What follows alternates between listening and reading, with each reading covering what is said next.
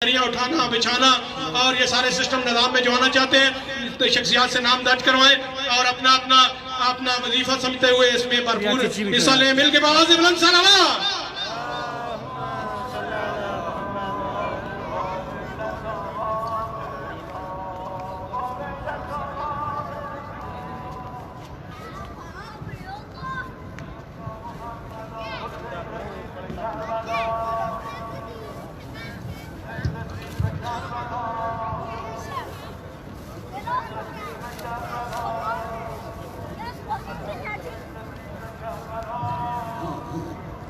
صلوات پڑھ دے محمد والے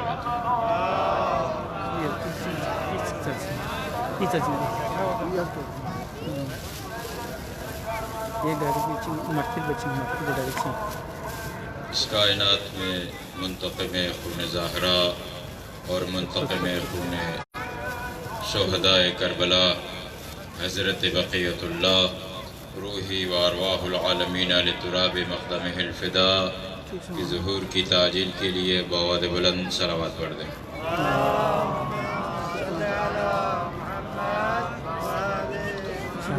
اس مجلس عزا میں وارث عزا حضرت فاطمہ زہرا سلام اللہ علیہا کی تشریف آوری کے لیے ایک بار پھر فدا کو معطر کریں محمد و آل بیت محمد پر درود پڑھ کے.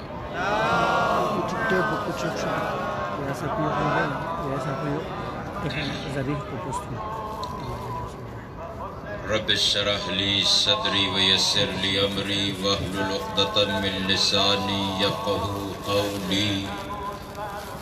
لا حول ولا قوۃ الا باللہ العلی العظیم.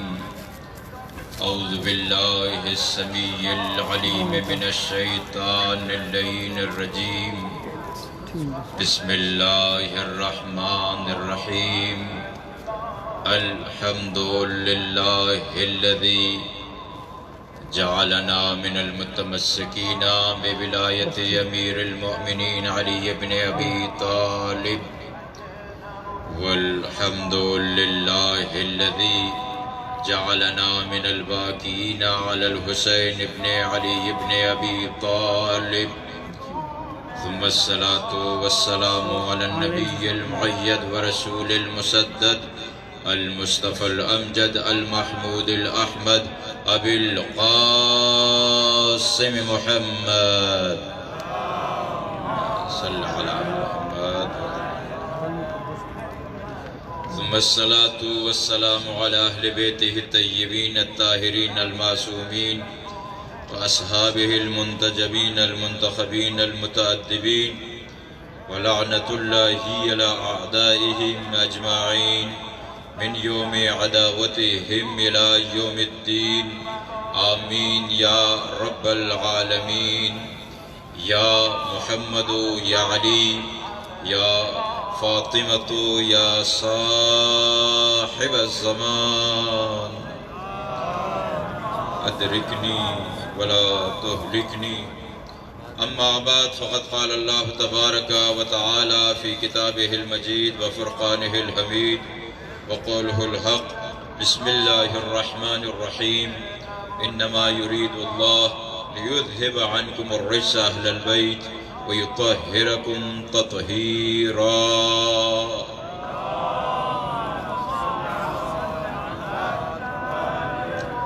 سامعین محترم،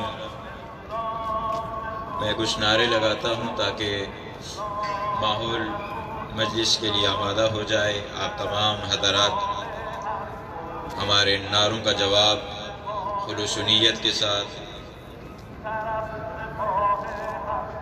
دیجیے گا. نعرے تکبیر. ماشاءاللہ جوان نظر آ رہے ہیں سارے. اپنے ہاتھ اٹھائیے، بلند کیجیے ہاتھ. نعرے تکبیر. نعرے رسالت. یہ ہاتھ صرف نہیں، ساتھ میں آواز بھی بلند ہونی چاہیے. ٹھیک ہے؟ تو نعرے رسالت پوری توانائی کے ساتھ، پوری قوت کے ساتھ مولا علی مشکل کشا کو پکاریے جو ہر مشکل میں ہماری مشکل کشائی کرتا ہے. اور آج کل جو مشکلات چل رہی ہیں ان مشکلات سے بھی ہمیں وہی مولا جو ہے نجات دے گا.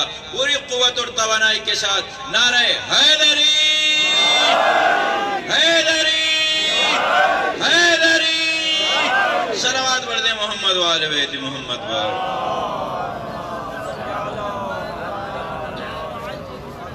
سامعین محترم، دانشمندان اعظام، صاحبان فہم و فراست، ارباب علم و دانش، 1442 کے عشرِ محرم الحرام میں آپ کی بالیدہ توجہات کو جو اپنی جانب مبذول کرنے کی سعادت حاصل کر رہے ہیں، اس عشرے کا عنوان ہے قرآن اور تطہیر حیات کے سرچشمے۔ اس سے پہلے کہ میں مزید اس سلسلے کو آگے بڑھاؤں، میری ایک خواہش ہوگی آپ تمام حضرات سے، ہمارے لیے ہر انسان کی جان بہت زیادہ قیمتی ہے، اور پھر وہ انسانوں میں بھی مسلمانوں میں شیعہ ہو اور پھر طالب علم ہو، تو ان کی جان کی حفاظت ہمارے اوپر فرض ہے، انتہائی اہم ہے۔ لہٰذا اپنی حفاظت کے لیے بھی آپ جو احتیاطی تدابیر ہیں ان کی رعایت کیجیے، ماسک ضرور لگائیں جتنا آپ سے ہو سکے، اور جو فاصلہ یہاں پہ مشخص کیا گیا اس فاصلے کی رعایت کریں تاکہ بعد میں ہمارے لیے کچھ مشکلات نہ ہوں، آپ کے لیے بھی مشکلات نہ ہوں، اس لیے کہ ہم ایک سلسلے کے ساتھ تعلق رکھتے ہیں، ہم ایک نظام کے تحت زندگی بسر کرتے ہیں۔ توجہ ہے میرے بھائیوں کی؟ ہم ایک سسٹم کے قائل ہیں، اور سسٹم کا نام ولایت کا سسٹم ہے۔ اس سسٹم کا نام ولایت کا سسٹم ہے، اور یہ ولایت فقیہ اسی، اور یہ قیادت کا جو نظام ہے یہ اسی ولایت علی کا تسلسل ہے۔ اور جب ہمارے ولی فقیہ کے یہ آرڈر ہیں کہ ہم احتیاطی تدابیر پر عمل کریں، تو پھر ہمارے اوپر فرض ہو جاتا ہے کہ ہم ان چیزوں کی رعایت کریں۔ لہذا میری گزارش ہوگی آپ تمام حضرات سے، جگہ الحمدللہ ہے اس طرف بھی، جو افراد آتے ہیں وہ اپنی حفاظت کے لیے، اپنے بچوں کے لیے، اور جو ہے قوم و ملت کی حفاظت کے لیے جو ہے احتیاطی تدابیر کی رعایت کریں، اپنی صحت و سلامتی کے لیے بعد بلند صلوات پڑھ دیں۔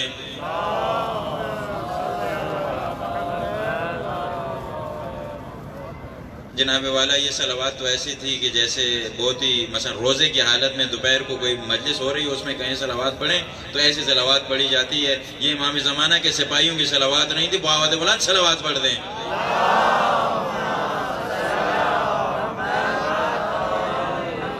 خب سامعین محترم،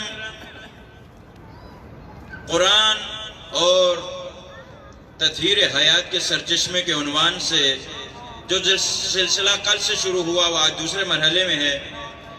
ہم نے کل کی گفتگو میں یہ عرض کیا تھا کہ محرم الحرام جب آتا ہے تو وہ اپنے ساتھ کچھ پیغامات لے کر آتا ہے۔ سب سے پہلا پیغام محرم کا یہ ہے کہ میں محرم الحرام ہوں اور حرمت والا مہینہ ہوں، لہذا اس مہینے میں کسی کی بھی حرمتی نہیں ہونی چاہیے۔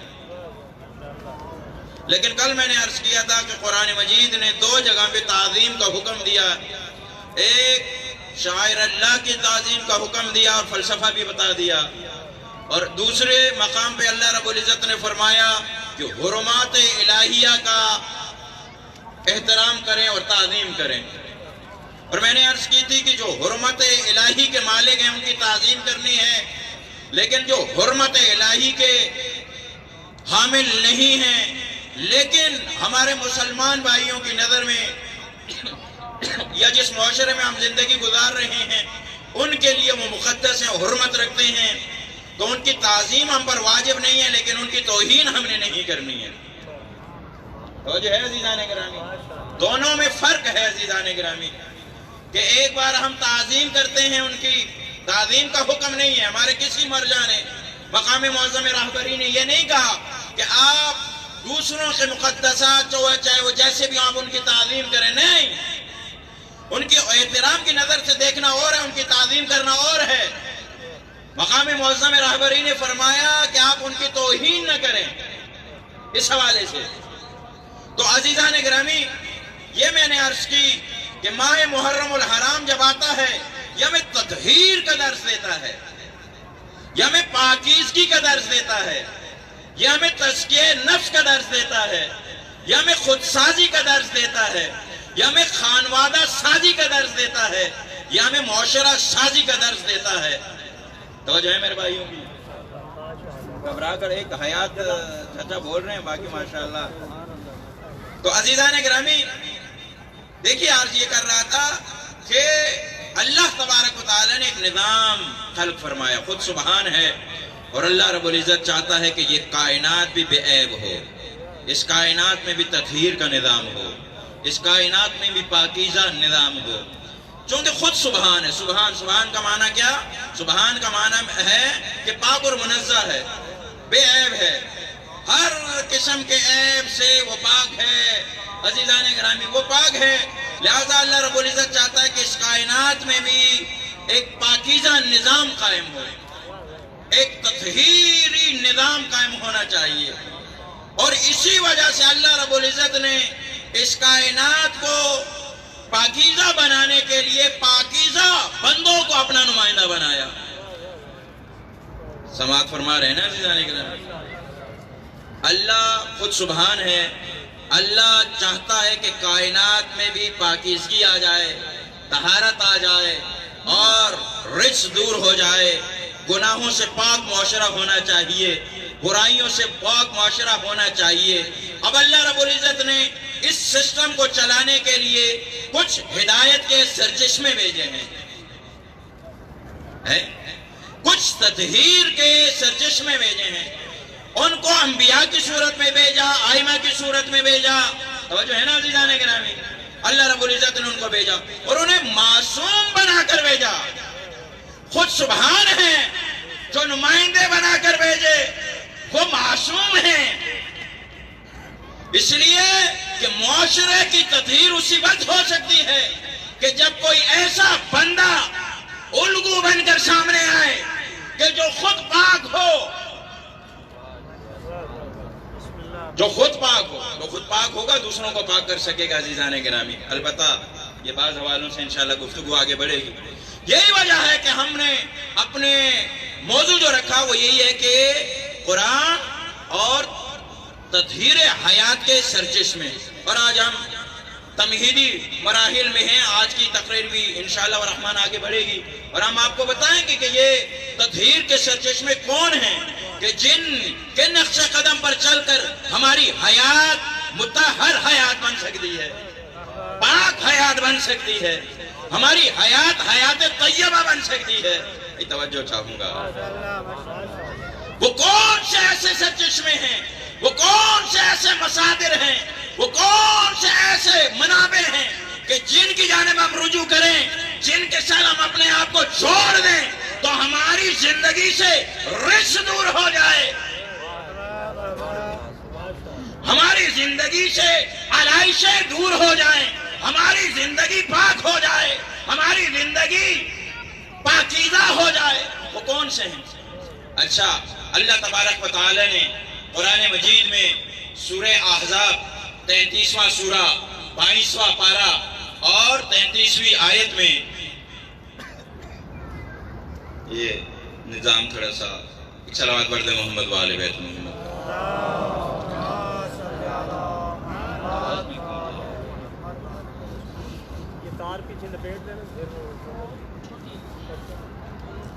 بہرحال اب اس حوالے سے بھی ہم آپ سے معذرت خواہ ہیں، یہ پہلے ٹھیک تھا، بھی خراب ہو گیا۔ محمد و آل محمد بآواز بلندتر صلوات۔ صلی اللہ علیہ وسلم۔ سامعین محترم، اگر آپ کو انتظامات میں کہیں کا کوئی مسئلہ نظر آتا ہے تو اس کے لیے بھی ہم معذرت خواہ ہیں۔ جو حالات ہیں ان حالات میں ہر جگہ پر مسائل ہیں، ایک ایک چیز کے لیے اجازت دینی پڑتی ہے، ایک ایک چیز کے لیے جو ہے ہم آہنگ کرنا پڑتا ہے، اور ہمارے جو انتظامیہ کے افراد ہیں آپ یقین جانیے دن رات محنت کر رہے ہیں کہ حسین کی عزاداری نہیں رکنی چاہیے، وہ دن رات محنت کر رہے ہیں۔ ہمارے حسین شاہ صاحب قبلہ، غلام یاسین صاحب اور اسی طرح ہمارے دیگر بزرگان دن رات محنت کر رہے ہیں، صبح سویرے آ جاتے ہیں، پھر رات کو پتہ نہیں 1 بجے 1:30 بجے اس طرح یہ واپس آتے ہیں۔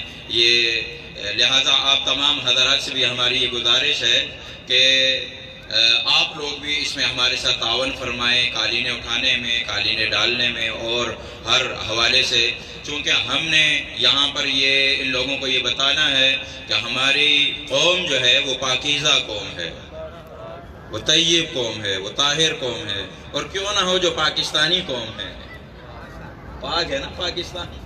تو اس حوالے سے جو ہے ان لوگوں کا یہ فریضہ بنتا ہے. بہرحال میں یہ عرض کر رہا تھا عزیزان گرامی، اللہ رب العزت نے قرآن مجید میں ان کا تعارف کرایا. آئے تطہیر کے نام سے یہ آیت جانی جاتی ہے، آئے تطہیر کے نام سے. اور اللہ رب العزت نے اس میں حیات کے جو تطہیر حیات کے سرچشمے میں ان کا تعارف کرایا. اور ابھی تک میں یہ نہیں کہہ رہا کہ بھئی امام حسن، امام حسین، امام علی، جناب فاطمہ زہرا، پیغمبر اکرم، میں یہ نام نہیں لے رہا فی الحال. میں صرف یہ عرض کر رہا ہوں کہ چاہے اہل البیت سے مراد جو بھی ہو، لیکن حیات کی تطہیر کے سرچشمے اس آیت میں بیان کیے جا رہے ہیں. جب یہ بات واضح ہو جائے گی، آگے پھر خود بخود وضاحت ہوتی جائے گی اور لوگوں کا کردار خود بتائے گا کہ تطہیر حیات کا سرچشمہ کون ہے. توجہ ہے عزیزان کرام؟ انشاءاللہ آہستہ آہستہ دیکھیے، انما یرید اللہ لیذہب عنکم الرجس اہل البیت ویطہرکم تطہیرا. یہاں پہ میں نے عرض کیا کہ انما کے ذریعے سے یہ آغاز ہو رہا ہے. ہمارے اہل سنت بھائیوں کو جو بعض مقامات پر اشتباہ ہوا وہ اسی بات سے ہوا کہ انہوں نے انما پر توجہ نہیں کی.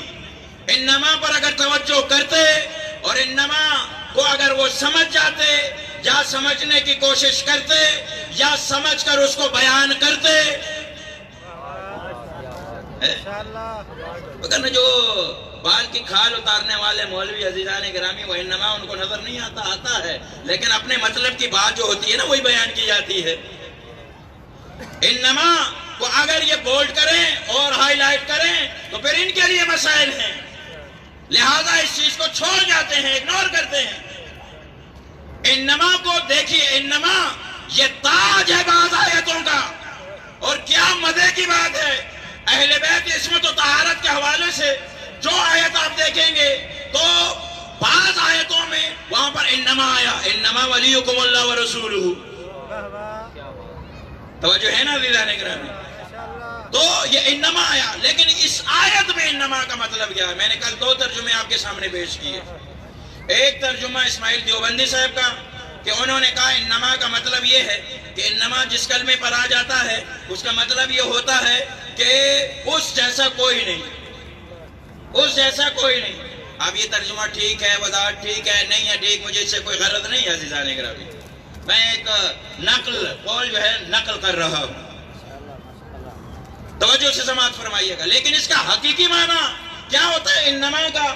اس کا معنی ہوتا ہے حصر کا معنی دیتا ہے. حصر اردو میں اس کا معنی ہوتا ہے بس یہی، صرف اور صرف، ماں سوائے اس کے، بجز این کے، توجہ ہے عزیزان گرامی، یہی یہ اس قسم کے الفاظ کے ذریعے سے اس کا جو ہے وہ کیا جاتا ہے، اس کا ترجمہ کیا جاتا ہے.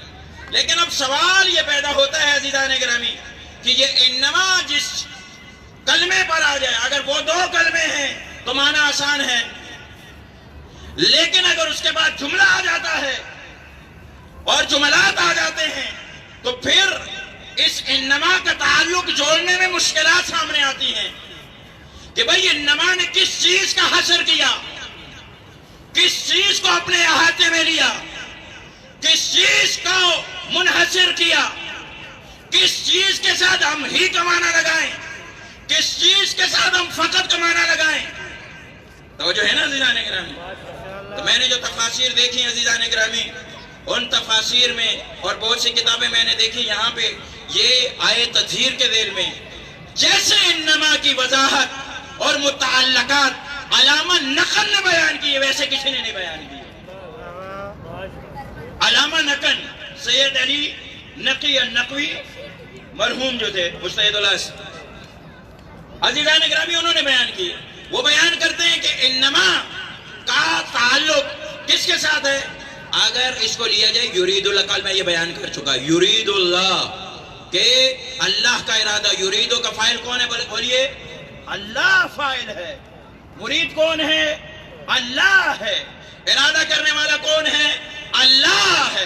اگر انما کا تعلق یریدو کے فاعل کے ساتھ جوڑا جائے تو معنی یہ ہوگا جو کل میں نے کیا عزیزان گرامی، کہ بس اللہ ہی کا ارادہ ہے۔ توجہ ہے میرے بھائی؟ بزرگوں سے معذرت اور نوجوانوں کی توجہ اپنی جانب مبذول کرانا چاہ رہا ہوں، بس اللہ ہی کا ارادہ ہے، یعنی ارادہ کرنے والی ذات وہ اللہ ہی کی ذات ہے، کوئی اور نہیں۔ یہ تطہیر کا جو ارادہ ہے، جو یہ رزق کو دور کرنے کا جو ارادہ ہے، یہ رزق کو دور رکھنے کا جو ارادہ ہے، یہ کسی اور کا ارادہ نہیں، یہ کسی اور کا ارادہ نہیں۔ اور میں ایک قدم آگے بڑھوں کل کی گفتگو سے متصل ہوتے ہوئے کہ دیکھیے اللہ نے یہاں پہ یہ نہیں کہا کہ یرید الرحمن، یرید الرحیم، یرید الرازق یا کوئی اور نام نہیں لیا، بلکہ کہا یرید اللہ۔ اللہ نے اپنا اس میں جلالہ جو ہے، اس میں ذات جو مستجمع جمیع صفات کمالی اور جلالیہ ہے، اس کا یہ ارادہ ہے۔ اور میں نے کہا ارادے کی قوت کا کیسے پتہ چلتا ہے؟ مرید کی قوت اور توانائی سے پتہ چلتا ہے۔ جتنی طاقت خدا کی ہے اتنا دور ہے یہ رسالہ بیت سے۔ بھائی توجہ سے سماعت فرمائے، جتنی توانائی مرید کی ہوتی، میں جتنا مجھ میں توانائی ہوگی اتنی میرے ارادے میں بھی توانائی ہوگی، اتنی میری مراد بھی جو ہے نا جناب والا پوری ہوگی۔ اگر میں پاکیزگی کا ارادہ کرنے والا ہوتا، جو ہر روز ارادہ کرتا ہے کہ آج میں گناہ نہیں کروں گا، پھر ارادہ ٹوٹ جاتا ہے، ہر روز یہ گناہ ارادہ کرتا ہے خدایا توبہ، پھر گناہ نہیں کروں گا، پھر گناہوں میں ڈوبا ہوتا ہے، ہر روز یہ ارادہ کرتا ہے پروردگارہ میں آج کے بعد جو ہے نیکی انجام دوں گا، پھر ارادہ ٹوٹ جاتا ہے، کیونکہ میں ضعیف ہوں، کیونکہ مجھ میں طاقت نہیں، کیونکہ مجھ میں توانائی نہیں۔ لیکن جو ارادہ کرنے والا ہے آئے تطہیر میں کوئی اور نہیں ہے بلکہ اللہ ہے۔ جتنا وہ قوی اتنا اس کا ارادہ قوی، اور ارادہ کس بات کا ہے؟ ارادہ اس بات کا ہے کہ رزق دور رکھے گا اور تطہیر عطا کرے گا۔ توجہ ہے عزیزان اکرام؟ اچھا چلے میں اس کو آپ ہی کے انداز میں سمجھاتا ہوں جو عام طور پہ عوام میں آپ لوگ بیان کرتے ہیں، میں آپ کے سامنے وہ درس دہرا دیتا ہوں۔ عزیزان گرامی دیکھیے، ایک آیت تطہیر ہے بیت کی شان میں اور ایک ہے اہل البیت کی شان میں۔ جو اہل البیت کی شان میں ہے وہاں پہ ارادہ کرنے والا کون ہے؟ خدا ہے، اور جو بیت کی شان میں وہاں پہ اللہ رب العزت نے ڈیوٹی لگائی ہے دوسرے کی کہ حضرت ابراہیم، حضرت اسماعیل آپ جو ہے نا اس کی تطہیر کریں۔ کس کی؟ وَطَّهِرَ بَيْتِي، میرے گھر کو پاک کر دو، لِلْعَاكِفِينَ، یہ طواف کرنے والوں کے لیے، اعتکاف کرنے والوں کے لیے۔ توجہ ہے نا عزیزان گرامی؟ تو علامہ نقن یہاں پہ یہ بیان فرماتے ہیں، وہی بیان فرماتے ہیں کہ اب یہاں سے ارادے کی توانائی اور قوت کا پتہ چلتا ہے۔ جو طہارت لگائی تھی نا میں انبیاء کے لگائی تھی، انبیاء طاقتور تھے لیکن انسان تھے نا عزیزان گرامی، یہی وجہ ہے کہ انہوں نے کعبے کو پاک رکھا، لیکن جب وہ چلے گئے تو وہاں پہ بت آ گئے، وہاں پہ بت آ گئے، لیکن جن کی طہارت کی ذمہ داری خود لی اور جن کی طہارت کا ارادہ خود لیا ان کے قریب کبھی گناہ نہیں آیا۔ جو ہے نا عزیزان گرامی، تو انما کا اگر تعلق جوڑا جائے کس کے ساتھ جوڑا جائے؟ یریدو کے فاعل کے ساتھ جوڑا جائے تو ترجمہ یہ ہوگا عزیزان گرامی کہ بس اللہ ہی کا ارادہ ہے، اللہ ہی کا ارادہ ہے، ارادہ کرنے والا وہ ہے، کوئی اور نہیں۔ اچھا دوسرا تعلق جس کو جوڑا جا سکتا ہے اس انما کے ساتھ وہ ہے یہ یریدو کا جو مفعول ہے، یریدو کا جو مفعول ہے۔ اب یریدو کا مفعول کون سا ہے عزیزان گرامی؟ توجہ سے سماعت فرمائیے گا، اس کا انتہائی گہرا تعلق ہے ان چیزوں کے ساتھ کہ یریدو کا جو مفعول ہے وہ کیا ہے؟ لیدعو، اللہ رب العزت کا ارادہ ہے۔ کیا ارادہ ہے؟ کس چیز کا ارادہ ہے؟ وہ جس چیز کا ارادہ ہے وہ مفعول بنے گا۔ توجہ ہے عزیزان گرامی؟ مفعول کیا ہے؟ لیذہب، اللہ کا ارادہ ہے کہ دور رکھے.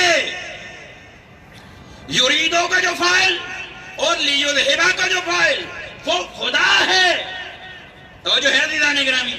اچھا لیذہب پھر خود فعل ہے، اس کے آگے جو ہے نا جناب والا مفعول کی بھی ضرورت ہے. اب میں جلدی عرض کرنا چاہ رہا ہوں، اگر اس کا تعلق اس یریدو کے مفعول کے ساتھ جوڑا جائے تو اب ہی اللہ سے آگے، یعنی اللہ لفظ اللہ کے ساتھ نہیں آئے گی، بس اس کے بعد آئے گی کہ ارادہ ہی منحصر ہے.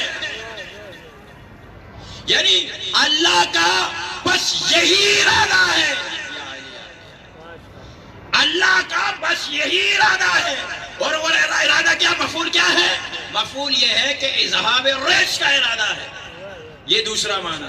تیسرا معنی یہ ہے، توجہ سے سماعت فرمائیے گا، کہ لیذہب کا جو مفعول ہے اس کے ساتھ اس کا تعلق ہے. اچھا اس کا ایک مفعول بالواسطہ ہے اور ایک خود مفعول ہے.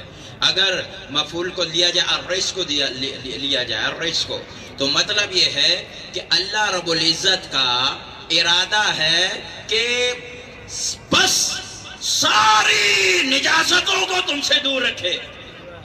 توجہ ہے عزیزان گرامی؟ بس ساری نجاستوں کو تم سے دور رکھے. یہ تیسرا معنی. اب چوتھا معنی عزیزان گرامی اس کا کیا ہوگا؟ چوتھا معنی اس کا یہ ہے کہ اس کا تعلق عن قم کے قم مجرور کے ساتھ ہے، جو مجرور ہے یہاں پہ اس کے ساتھ ہے، اور جس کی تشریح کرنے کے لیے آگے اہل البیت آ رہا ہے. توجہ ہے عزیزان گرامی؟ اس کے ساتھ جو ہے اہل البیت کا لفظ جو آ رہا ہے اس کے ساتھ اس کا تعلق ہے. اگر اس کے ساتھ تعلق ہوگا تو معنی یہ بنے گا عزیزان گرامی کہ اللہ رب العزت کا ارادہ ہے کہ تمام رشوں کو، تمام نجاستوں کو بس تم ہی سے دور رکھے، بس تم ہی سے دور رکھے. توجہ ہے نا عزیزان گرامی؟ اچھا یہ علامہ نقل کے احتمالات تھے. اب جو احتمالات علامہ طباطبائی علیہ رحمہ نے اپنی تفسیر میں جو دیے ہیں، انہوں نے جو دیا ہے وہ یہ ہے کہ یہاں پہ حصر ارادے کا ہو رہا ہے یا حصر اہل بیت کا ہو رہا ہے. کہ ایک یہ ہے کہ اللہ کا جو ارادہ ہے بس اذہاب رش کا ارادہ ہے اور اس کو منحصر کیا جا رہا ہے، اور دوسری چیز اس کو قصر یا حصر کیا جا رہا ہے وہ اہل البیت ہیں. ایک خاص ارادہ خاص لوگوں کے متعلق. توجہ ہے عزیزان گرامی؟ صلوات پڑھتے محمد وآل بیت محمد.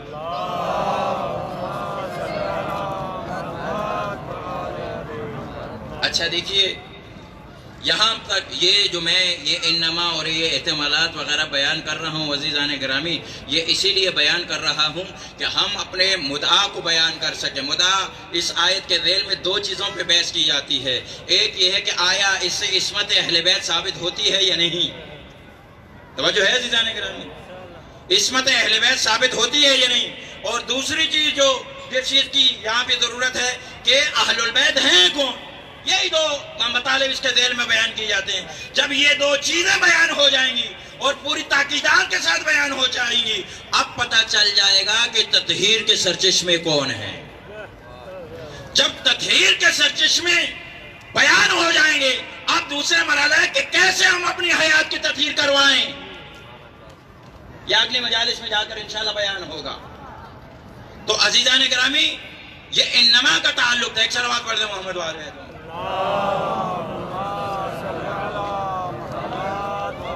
یہ انما کا دوسرا لفظ جو یہاں پہ آتا ہے یرید اللہ، اللہ کا ارادہ ہے. توجہ سے سماعت فرمائیے گا. یہ ارادہ کس کو کہتے ہیں اور ارادہ انسان کا کیا ہوتا ہے اور خدا کا ارادہ کیا ہوتا ہے اور یہاں پر ارادے سے کیا مراد ہے. توجہ سے سماعت فرمائیے گا کہ ایک لفظ کی وضاحت ہو جائے تاکہ جو ہے تمہیدی منازل طے ہو جائیں. انشاءاللہ الرحمن پھر آگے جو ہے کل سے انشاءاللہ الرحمن دیگر مطالب کی جانب ہم آگے بڑھیں. تو یہاں پر ارادہ دیکھیے، آپ کوئی کام کرنا چاہتے ہیں نا اپنے اختیار کے ساتھ، کسی چیز کے نیت کرتے ہیں کہ میں یہ کام کرنا چاہتا ہوں، اس کا نام ارادہ ہے، اس کو ارادہ کہا جاتا ہے. اچھا انسان کا جو ارادہ ہوتا ہے نا وہ زیادہ تر جو ہے ارادہ الگ ہوتا ہے، فعل انسان الگ ہوتا ہے. توجہ سے سماعت فرمائیے. انسان کا جو ارادہ ہوتا ہے وہ الگ، اور وہ جو کرتا ہے وہ الگ، فعل میں جو چیز ہوتی ہے الگ. لیکن جب ارادہ اللہ کا مراد لیا جائے تو اللہ کا ارادہ وہی اس کا فعل ہوتا ہے، وہ اس کا فعل ہوتا ہے. توجہ سے سماعت فرمائیے گا عزیزان گرامی، وہ اس کا فعل ہوتا ہے. تو اچھا یہ بات سمجھ میں آ گئی. تو اب جب ہم یہ کہتے ہیں کہ یہاں سے اہل بیت کی عصمت ثابت ہوتی ہے، توجہ سے سماعت فرمائیں، تو ہمارے بہت سے مفسرین یہ کہتے ہیں کہ یہ بات نہیں ہے کہ یہاں سے عصمت ثابت ہوتی ہے. کیوں؟ اس لیے کہ اللہ رب العزت کا ارادہ، اگر طہارت کا ارادہ اللہ رب العزت کرتا ہے اور آپ کہتے ہیں کہ یہاں پر مراد جو ہے وہاں عصمت ہے، تو پھر اس کا مطلب یہ ہے کہ تمام کے تمام مسلمان معصوم ہو گئے. کیوں؟ وجہ کیا ہے؟ اس لیے کہ اللہ رب العزت نے وہ آئے وضو جو ہے، آئے تیمم جو ہے، آئے تیمم میں یہ آئے وضو جو ہے چھٹے پارے کی جو چھٹی آیت ہے اس کو آپ پڑھیے. جب اللہ رب العزت جو ہے وضو کا حکم دیتا ہے اور یہ کہ نماز کے لیے کھڑے ہوتے ہو تو آپ جو ہے پاک اور طاہر ہو کر آؤ، جب تیمم کا حکم دیتا ہے اس کے بعد اللہ رب العزت جو ہے وہاں پہ ارشاد فرماتا ہے کہ اللہ رب العزت کا ارادہ کیا ہے؟ یرید اللہ لیطہرکم، اللہ کا ارادہ ہے کہ تمہیں پاک کر دے. اب توجہ سے سماعت فرمائیں عزیزان گرامی، تمہیں پاک کر دیں. مودودی بیان کرتا ہے اپنی تفسیر تفہیم القرآن میں کہ دیکھیے اگر شیعوں کی بات، لفظ شیعہ نہیں لاتا، وہ کہتے ہیں اگر ہم یہ بات مان لیں کہ یہ آیت تطہیر عصمت اہل بیت پر دلالت کرتی ہے تو اس کا مطلب ہے کہ سارے مسلمان معصوم ہیں، سارے مسلمان معصوم ہیں. کیوں؟ اس لیے کہ جیسا ارادہ یہاں پر ہے ویسے ارادہ وہاں پر ہے، جیسا ارادہ یہاں پر ویسا ارادہ وہاں پر. تو اب کیا جواب ہوگا جناب مولانا صاحب؟ عرض کی میں نے عزیزان گرامی، میں اکثر عام مجموعوں میں جب پڑھتا ہوں عوام میں تو وہاں بھی یہ کہا کرتا ہوں کہ گھبراتے وہ ہیں کہ جن کا کوئی مشکل کشا نہیں ہوتا. یا میں الفاظ بدل کر کہوں کہ گھبراتے وہ ہیں جنہوں نے قرآن وارثین قرآن سے نہیں لیا ہوتا ہے. ہمیں گھبرانے کی ضرورت نہیں ہے، اس لیے کہ ہم نے بولتے قرآنوں سے قرآن لیا ہے. تو عزیزان گرامی میں یہ عرض کر رہا تھا، دیکھیے کہ اگر یہ انما کا ترجمہ صحیح کر لیا جاتا، خود انما آ کر یہ بتا رہا ہے کہ وہاں جو ارادہ ہے وہ الگ ہے، یہاں جو ارادہ ہے وہ الگ ہے. یہ لفظ انما واضح کر رہا ہے کہ وہ ارادہ الگ، یہ ارادہ الگ، وہ ارادہ. اچھا اب وہ ارادہ کون سا اور یہ ارادہ کون سا؟ وہاں پر بھی مرید خدا ہے، وہاں پر بھی طہارت کا ارادہ، یہاں پر بھی مرید خدا ہے اور طہارت کا ارادہ. دونوں میں فرق کیا ہے؟ دونوں میں فرق یہ ہے عزیزان گرامی کہ ارادے کی دو قسمیں ہوتی ہیں، ایک تشریعی ارادہ کہلاتا ہے اور ایک تکوینی ارادہ کہلاتا ہے. توجہ ہے عزیزان گرامی؟ ایک تشریعی ارادہ کہلاتا ہے اور ایک تشریعی ارادہ کہلاتا ہے. اب یہ مولوی صاحب نے اصطلاحیں، وہ ایک استاد ہمارے بیان کیا کرتے تھے، کہتے ہیں ذرا موٹی موٹی اصطلاحیں استعمال کیا کرو تاکہ عالم لگو. توجہ ہے مختار بھائی؟ کہتے ہیں جب تک اگر مشکل الفاظ استعمال نہ کرو تو لوگ مولوی ہی نہیں سمجھتے. وہ کہتے ہیں یار یہ بات تو ہمیں پہلے سے آتی تھی. تو عزیزان گرامی اس وجہ سے نہیں، لیکن یہ اصطلاح ہے، اصطلاح کی وضاحت میں کرتا ہوں. ایک صلوات پڑھتے محمد وآل بیت.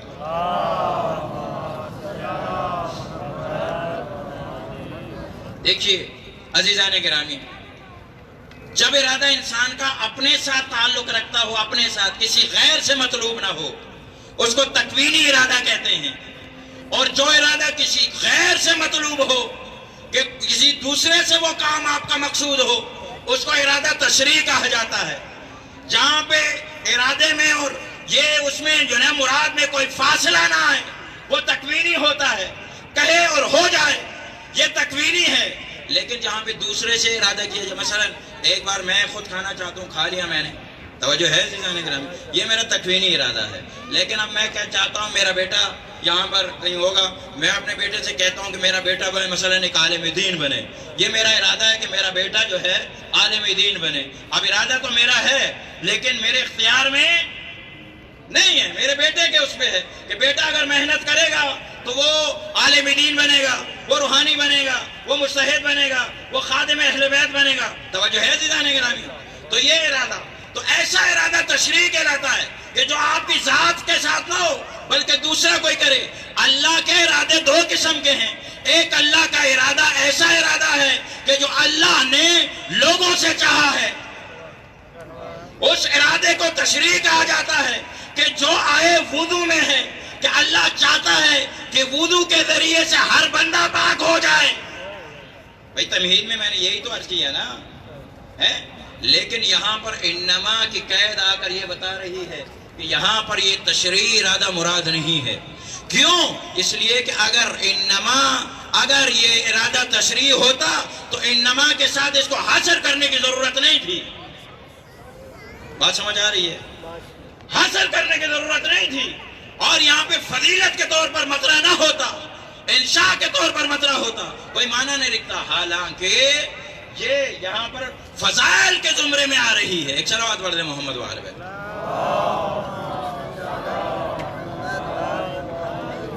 تو عزیزان گرامی، میں یہ عرض کر رہا ہوں کہ یہ انما آ کر یہ بتا رہا ہے یہاں پہ آیت میں کہ یہ ارادہ خاص ارادہ ہے، اور وہ ارادہ تکوینی ارادہ ہے.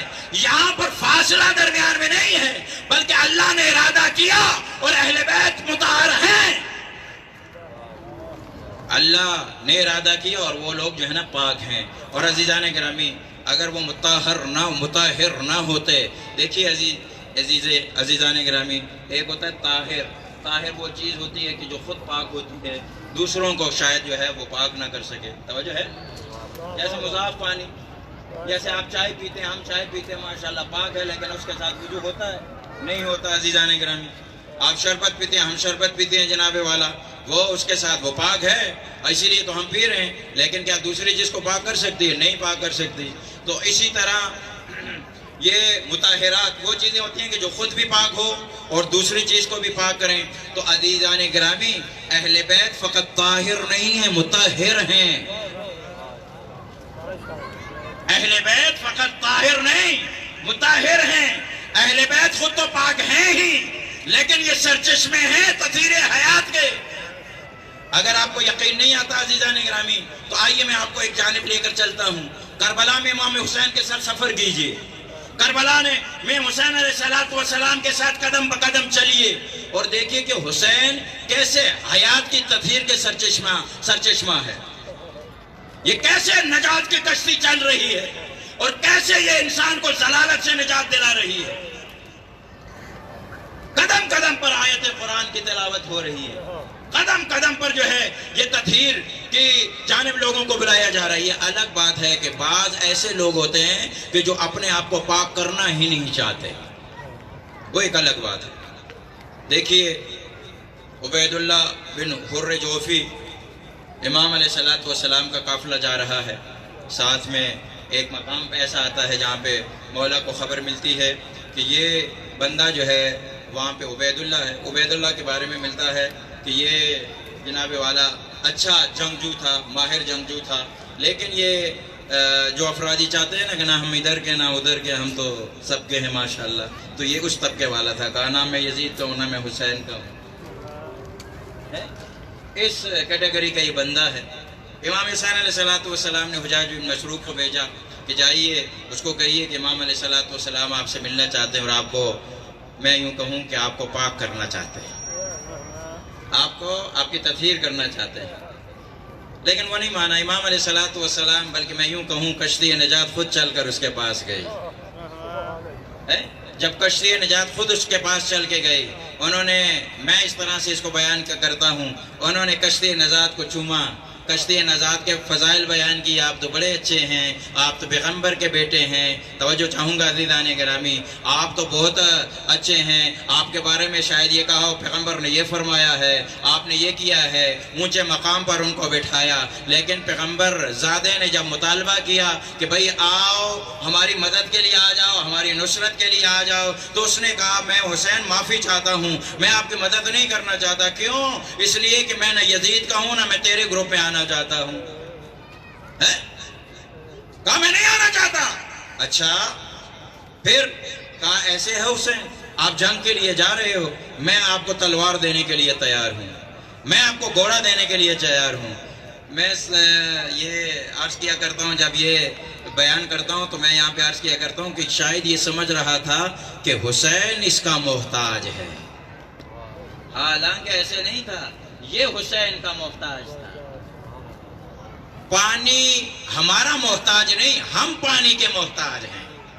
تو جو ہے عزیزان گرامی، تو اس نے انکار کیا، اور امام علیہ السلام نے وہاں پہ قرآن کی آیت تلاوت کی کہ ہم گمراہ لوگوں سے مدد نہیں لیا کرتے، ہم گمراہ لوگوں سے مدد نہیں لیا کرتے۔ اور امام حسین نے اس مقام پر یہ کہہ کر یہ بتا دیا کہ طہارت اور ہے، ضلالت اور ہے۔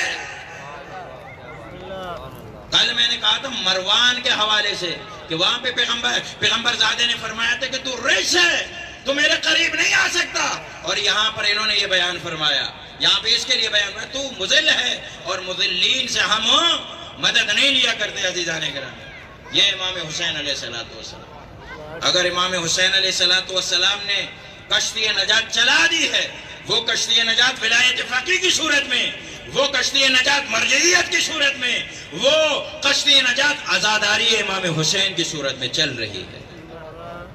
کچھ ایسے افراد ہیں عزیزان گرامی کہ جو صرف تعریف پر گزارا کر جاتے ہیں، بڑی اچھی کشتی ہے، بڑی اچھی یہ چیز ہے، بڑی زبردست یہ چیز ہے، بڑا یہ مقام رکھتی ہے، لیکن اس کشتی میں بیٹھنے کا نام نہیں لیتے۔ میں 2 سال پہلے، پچھلے سال تو میں ادھر تھا، اس سے پچھلے سال میں پشاور میں ایک جگہ پہ مجلس پڑھ رہا تھا، یہ آن لائن جاری، شاید ہمیں وہ سن بھی رہے ہوں بعض افراد۔ وہاں پہ ہمارے کچھ MPs وغیرہ بھی آئے ہوئے تھے، تو میں نے وہاں پہ مسئلہ اہل بیت کے حوالے سے بات کی تھی، تو میں نے یہاں پہ یہ عرض کی تھی کہ حسین علیہ السلام کو اہل بیت کو کشتی نجات قرار دیا، لیکن میں نے مثال یہ دی تھی، اور اس پر کافی افراد ہماری طرف آئے تھے، ہماری طرف سے آپ خود سمجھ جائیں کہ میں کیا کہنا چاہ رہا ہوں، ہماری طرف آئے تھے۔ وہ میں نے وہاں پہ عرض کی تھی کہ اگر طوفان آ جائے، سیلاب آ جائے، فلاں آ جائے، یہ ساری آ جائے، اور ایک کشتی ہے، آپ کہیں کتنی اچھے تختوں سے بنی ہوئی ہے، کتنا اچھا میٹیریل لگا ہوا ہے، کتنی اچھی اس میں موٹر لگی ہوئی ہے، کتنی زبردست کشتی ہے، اور یہ سیلاب جو ہے پانی آپ کی طرف بڑھ رہا ہے، آپ یقین سے کہیے آپ کو یہ کشتی بچا لے گی؟ نہیں بچائے گی۔ کیوں نہیں بچائے گی؟ آپ تو اس کی تعریف کر رہے ہیں، آپ تو اس کی عظمت کے قائل ہیں۔ ہاں میرے بھائی، صرف عظمت کا قائل ہونا کافی نہیں، صرف فضائل بیان کرنا کافی نہیں، جب تک اس کشتی نجات میں بیٹھو گے نہیں، کشتی نجات میں بیٹھو گے تو نجات ملے گی۔ عزیزان گرامی، کشتی نجات میں نہیں بیٹھو گے تو نجات نہیں ملے گی۔ ہاں عزیزان گرامی، دیکھیے امام حسین علیہ السلام نے عزاداری کی کشتی چلائی ہے، یہاں پہ آپ کا ایک آنسو آپ کی آنکھ سے نکل جائے، آپ کے گناہ معاف ہو جاتے ہیں، ہاں تطہیر ہو جاتی ہے، گناہ بخشے جاتے ہیں۔ اور کیوں نہ بخشے جائیں، کل میں نے مصائب میں یہ عرض کیا تھا، یہ کوئی عام بی بی تو آپ کے آنسو لینے کے لیے آتی نہیں ہے۔ اجرکم اللہ، دیکھیں نا، آپ کسی عام جگہ پہ بیٹھے بھی تو نہیں ہیں،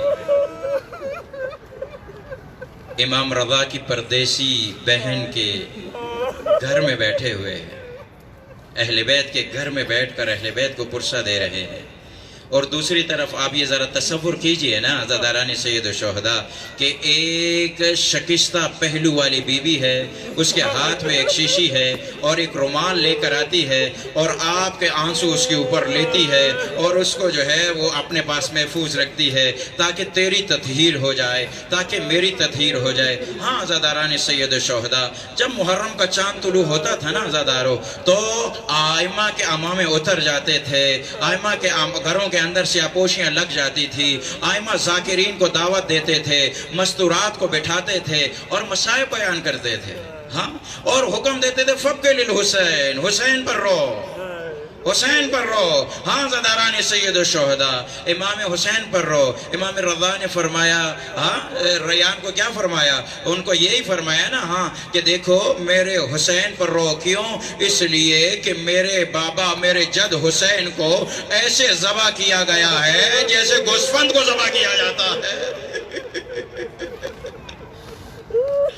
بس عزاداران سید الشہداء، میں زیادہ دیر بیان نہیں کر سکتا، لیکن امام سے پوچھے نا دس بستہ، یا اللہ یہ کبش کے ساتھ تشبیہ کیوں دی ہے، آپ نے شاد کے ساتھ تشبیہ کیوں نہیں دی ہے؟ تو عزاداران سید الشہداء، کچھ علماء یہ بیان کرتے ہیں کہ جب بھیڑ کو مارا جاتا تھا نا عزاداران سید الشہداء، پرانے زمانوں میں بھیڑ کو جب مارا جاتا تھا اور وہ شریک ہوا کرتی تھی، اس کو گھیر لیا جاتا تھا، جس کے ہاتھ میں جو کچھ ہوتا تھا اس کا وار کرتے تھے۔ امام رضا بتانا چاہ رہے ہیں ہمارا جب تنہا تھا کربلا کے میدان میں تاکہ تنہا کرا تھا، کسی کے پاس نیزہ تھا وہ نیزہ مار رہا تھا، کسی کے پاس تیر تھا وہ تیر مار رہا تھا۔ بس عزاداران سے جو رونے کے لیے آئے ہیں، بس مولا آپ کی یہ عزاداری اور آپ کے یہ آنسو قبول فرمائے۔ بس عزاداران سید الشہداء، مولا حسین کا قافلہ مدینے سے نکل پڑا، اور سنو گے کیسے نکلا۔ امام حسین علیہ السلام کا قافلہ جب نکلا نا عزادارو، تو دور دور تک ایک جوان دور دور تک جاتا ہے اور یہ کہتا ہے کہ بھئی یہاں راستہ خالی کر دو۔ کیوں؟ اس لیے کہ عباس کی بہنیں آ رہی ہیں، ہٹ جاؤ، تطہیر کی بیوی آ رہی ہیں، راستے سے ہٹ جاؤ کہ عباس غیرتی کی بہنوں کا گزر ہو رہا ہے۔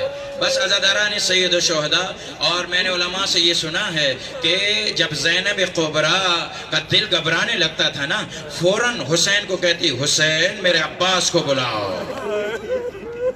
میرا جی گھبرانے لگا ہے۔ عباس جب میرے ساتھ ساتھ ہوتا ہے میرے دل کو ڈھارس ہوتی ہے، حوصلہ ہوتا ہے۔ ہاں عزاداران سید الشہداء، ہاں عباس علمدار کے سہارے بی بی جا رہی ہے۔ ایک مقام ایسے آیا، دو گھڑ سواروں کو آتے ہوئے دیکھا، وہ دو گھڑ سوار قریب آئے، ہاں ایک کونے میں جا کر پتا چلا انا للہ و انا الیہ راجعون، انا للہ و انا الیہ راجعون۔ کیوں؟ اس لیے کہ مسلم کی بیٹی یتیم ہو گئی۔ ہاں مسلم کی بیٹی یتیم ہو گئی۔ عزاداران سید الشہداء، یہ منظر کیسے ہے اس طرف دیکھیں نا۔ عزاداران سید الشہداء، کوفے میں مولا کا ایک مجتہد فقیہ کے الفاظ ان کی زیارت میں ملتے ہیں۔ مولا کا مورد اعتماد فقیہ جاتا ہے تبلیغ کے لیے اور لوگوں سے بیعت لینے کے لیے، لیکن ایک وقت ایسے آتا ہے اپنے مولا کی طرح جب دائیں بائیں دیکھتا ہے کسی کو اپنا یار و مددگار نہیں پاتا۔ جائے تو کہاں جائے، پردیسی ہے، کچھ پتہ نہیں ہے یہ راہ کس طرف جاتی ہے، یہ راہ کس طرف جاتی ہے۔ بس عزاداران سید الشہداء، ایک دروازے پر جا کر یہ سید زادہ بیٹھ جاتا ہے، ایک خانو وہاں سے نکلتی ہے اور ادب اور احترام سے کہتی ہے او پردیسی میرے دروازے پر نہ بیٹھو، یہاں سے چلے جاؤ، ہاں اپنے اہل و عیال کے پاس چلے جاؤ۔ یہ غریب اور پردیسی کہتا ہے بی بی آپ کہہ رہی اپنے اہل کے پاس چلے جاؤ، جس کا اہل و عیال ادھر ہو ہی نہ وہ کہاں جائے، جس کا اہل و عیال یہاں پہ ہو ہی نہیں وہ کہاں جائے۔ بس عزاداران سید الشہداء، ایک بار اس بی بی سے پانی مانگا، جب پانی مانگا پانی پیا، کہا پانی پی لیا اب تو چلے جاؤ، کہا میں یہاں سے نہیں جا سکتا، کہا اچھا آپ کون ہو، کہا میں عقیل کا بیٹا ہوں۔ بس عزاداروں اس مومنہ نے اس کو آگے گھر کے اندر جگہ دی، میں جلدی جلدی پڑھ رہا ہوں چونکہ ٹائم محدود ہے۔ عزاداران سید الشہداء، دشمنوں کو پتہ چل گیا، دشمنوں نے فوجیں بھیجنا شروع کی، پتھراؤ شروع ہو گیا، مسلم ابن عقیل جو ہے ہوشیار ہو گئے، ساری رات عبادت کرتے رہے۔ عزاداروں، جب گھر کے اوپر آگ برسنے لگی جب عزاداران سید الشہداء، جب آگ برسنے لگی نا توبہ کے گھر پر، مسلم ابن عقیل نے اپنا امامہ پہنا، تلوار سنبھالی، کہا میں تیری بھی حرمتی ہوتے نہیں دیکھ سکتا اور تیرے دروازے کو جلتا نہیں دیکھ سکتا اور میں باہر نکلوں گا۔ بس عزاداران سید الشہداء، حسین کا یہ شیر باہر نکلا اور جہاد شروع کیا۔ اب میں 10 بستہ عرض کروں گا، مسلم ابن عقیل توبہ کے گھر کا جلتا دروازہ تو نہیں دیکھ سکا اور مدینے کا جلتا ہوا دروازہ، اور کچھ فاصلے پر بیٹی کھڑی ہے اور ظالم دروازے کو آگ لگا رہے ہیں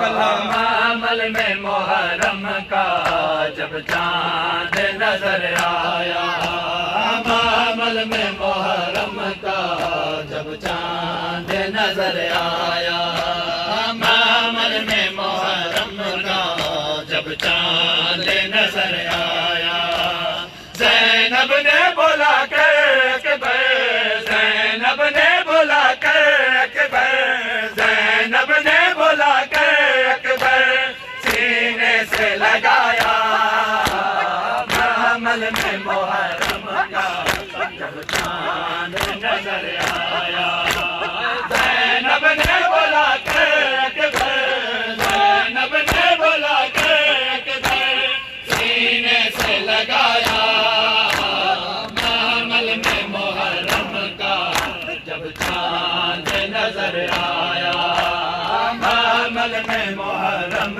کا جب چاند نظر آیا معمل میں محرم کا جب چاند نظر آیا معمل میں محرم کا جب چاند نظر آیا معمل میں محرم کا جب چاند نظر آیا اصغر کا گلا چوما اور روتی رہی مادر اصغر کا گلا چوما اور روتی رہی مادر باہوں کا بنا کر جھولا باہوں کا بنا کر جھولا باہوں کا بنا کر جھولا نازوں سے جھلایا معمل میں محرم کا جب چاند نظر آیا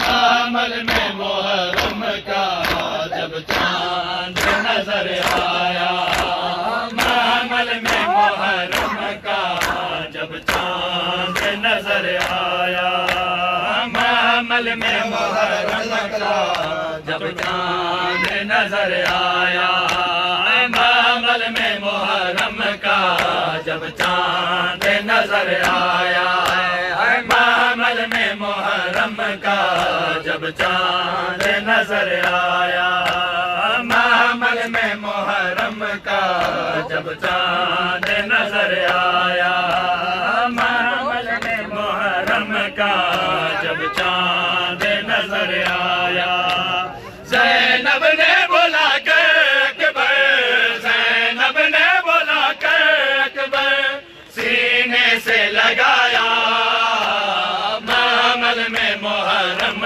کا جب چاند نظر آیا معمل میں محرم کا جب چاند نظر آیا معمل میں محرم کا جب چاند نظر آیا ہر بی بی کے محمل سے رونے کی صدائی ہر بی بی کے محمل سے رونے کی صدائی مولا نے سکینہ کو جا مولا نے سکینہ کو جا مولا نے سکینہ کو جا سینے سے سلایا معمل میں محرم کا جب چاند نظر آیا معمل میں محرم کا جب چاند نظر آیا معمل میں محرم کا جب چاند نظر آیا معمل میں محرم کا جب چاند نظر آیا معمل میں محرم کا جب چاند نظر آیا زینب نے بولا کہ زینب نے بولا کہ سینے سے لگایا معمل میں محرم کا جب چاند نظر آیا معمل میں محرم کا جب چاند نظر آیا معمل میں محرم کا جب چاند نظر آیا چپ چپ کے رہے روتے عباس غریبی پر